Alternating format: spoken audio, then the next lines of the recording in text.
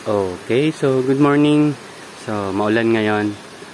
And isa to sa iniisip ko baka magka-problema later on. Siyempre naaanggihan or yan, napapatakan ng ulan.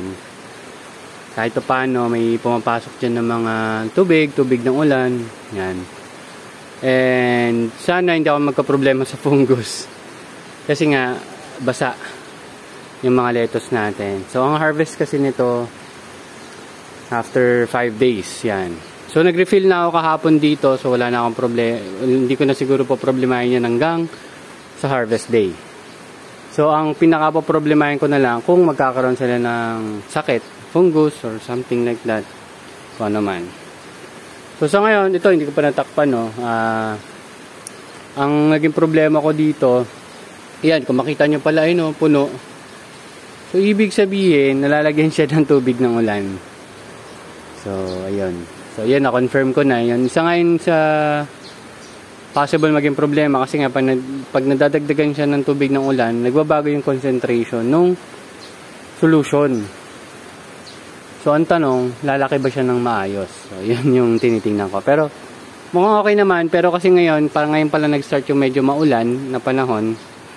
So, hindi ko pa talaga sure. Okay. So, kahapon, medyo nilinis ko na to, tinanggal ko na yung mga ugat na nasa loob, inopen ko itong side na to, inopen ko, tapos tinanggal ko yung mga ugat mula doon punta dito. Tapos di ba yung last kong sabi sa inyo, lalagyan ko to ng styro. So ito-test naman din natin yon, lalagay naman din talaga natin.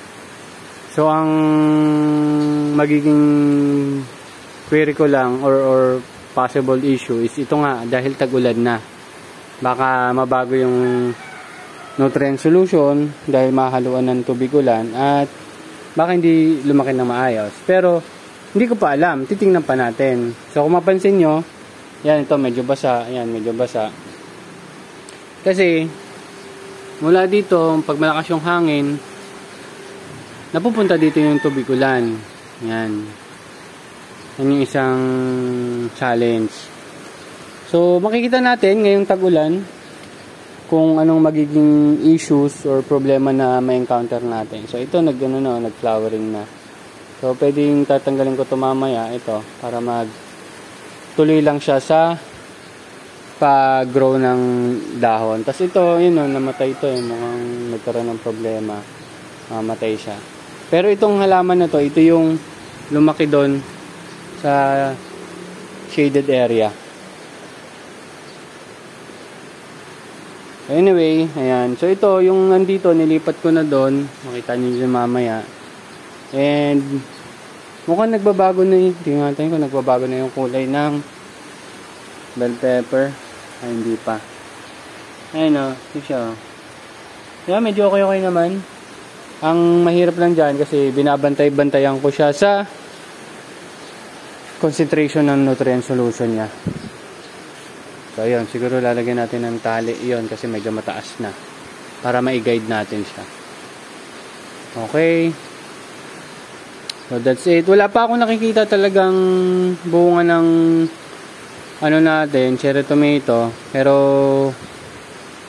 bala ko yan na lang yung i-maintain ko papatayin ko na yung ibang cherry tomato natin. Yun na lang muna gagawin ko. So ayan, makita nyo yun yung for harvest natin next week. Na harvest ko na yun nandito. So yung natitira dyan for personal consumption na lang yan. May mga lettuce pa naman ako sa baba, so hindi ko pa siya ina-harvest.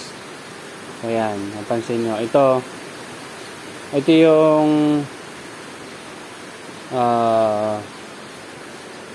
April 25, itong 6. So merong isang nahuhuli. Yung April 30 is itong 8.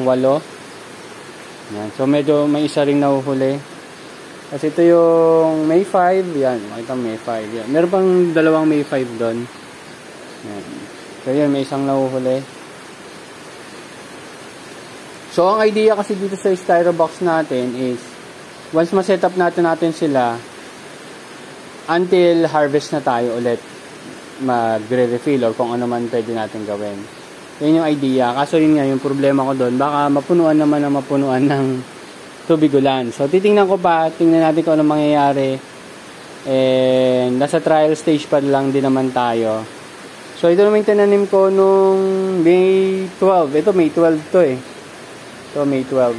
So, meron tayong romaine at meron tayong olmeti. Ayan. So, yung mga sobra niya nandun.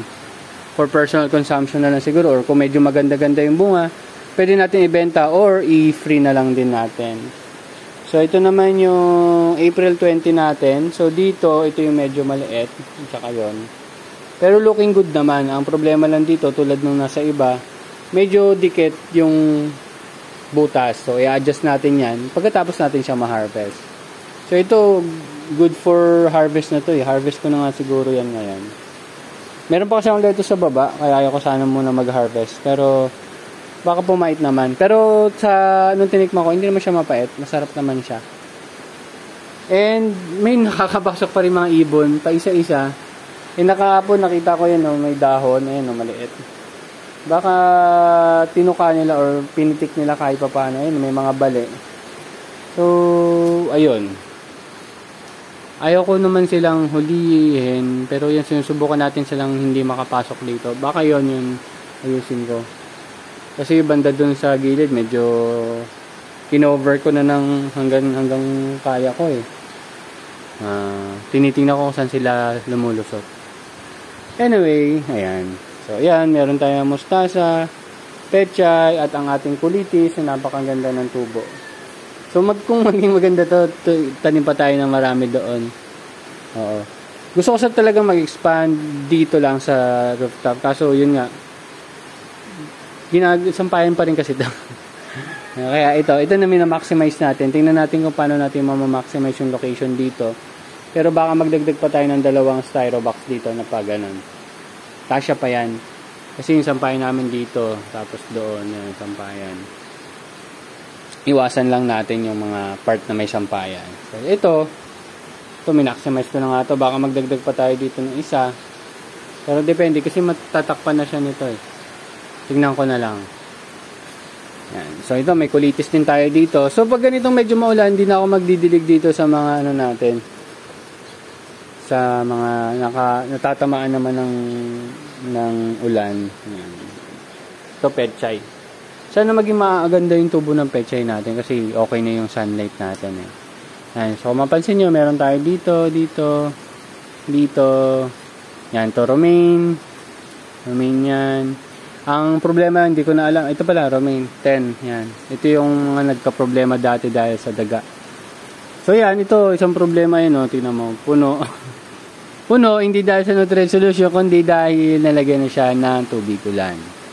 So, isa yan sa... Siguro kailangan kong isolve or tingnan kung paano ko magagawa. Baka lagyan natin ng plastic dito, pero transparent plastic lang. Para pag umangge, hindi sila tatamaan. Okay, so isa yon sa naiisip ko. So hopefully gumana. Medyo yan na babasa na nga ako ngayon dito. So ito hindi ko lang kung tutuloy. Dating nandun yan eh. Ay doon, sa romaine yan eh. Tinanggal ko kasi hindi maganda yung tubo. So pinalitan ko, actually May 12 yung batch na yan, pero yung pinalit ko May 10. Kasi medyo malaki-laki naman. So ayun, so ito yung cherry tomato natin na araw-araw ko naman, ayun, nahulog na yung dahon. Inaalog-alog ko kasi 'di ba kailangan daw na ng ganyan. Yun yung nabasa ko eh.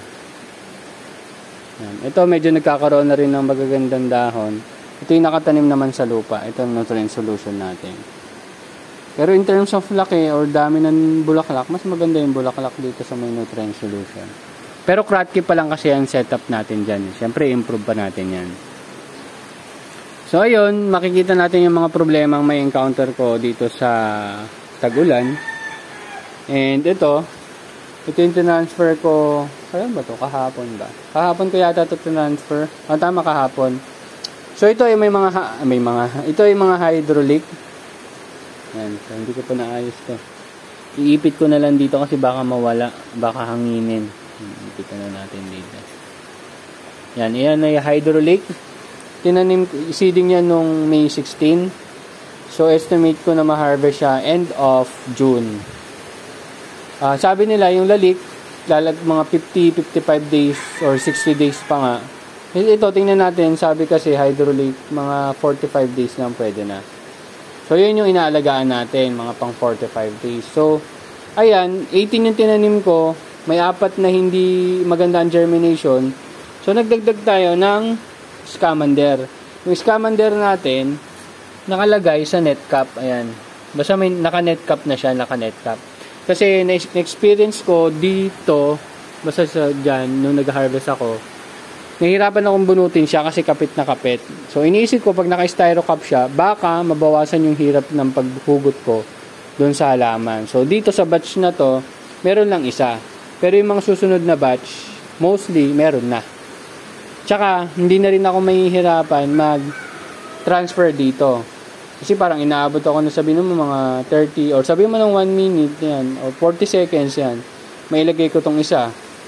So, medyo magtatagal ako sa isang styro box. Kung nasa net cap sila, saktong-sakto naman yung sukat niyan. So, mas mapapabilis. So, titingnan ko pa yung resulta kung ano mangyayari. Tapos, ito namang talong natin, mukhang wala na talaga. Nakakasawa na siya. Gusto ko siyang palitan ng bell pepper. Yan, bell pepper. Sa ngayon, hindi ko lang alam kung lumalaki na yung mga, yung mukhang umurong yung pipino na yon. So, tingnan lang natin. Ngayon, under observation pa lang naman lahat pero makita nyo ang dami ng bunga. Kaso itong isang halaman ng pipino, unti-unting namamatay. Siguro may problema sa ugat. Ayun, nakumpasan nyo, nakalbo na siya. Kasi nga, pinupurun ko na pag nabubulok na yung dahon. Ayan, tumataas na siya. Kaso, yun nga, natutuyo yung bunga. So, hanggang ngayon, hindi pa ako nakaka-harvest. Puro bunga lang sila, pero hindi tumutuloy hanggang paglaki. So, ayan. Ito, inaantay ko lang to ng konti. Titingnan ko kung dito sa part na to.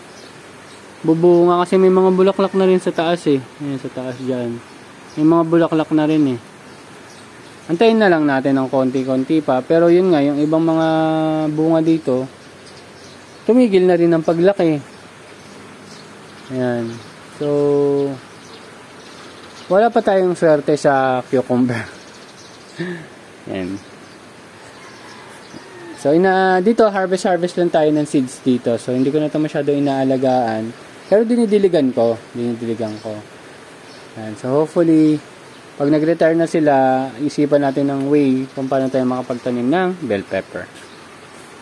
Okay, so yun lang naman. Medyo na pa dami ang usap-usap. And thank you very much. And see you next update. Bye-bye. Madami na yan sa susunod.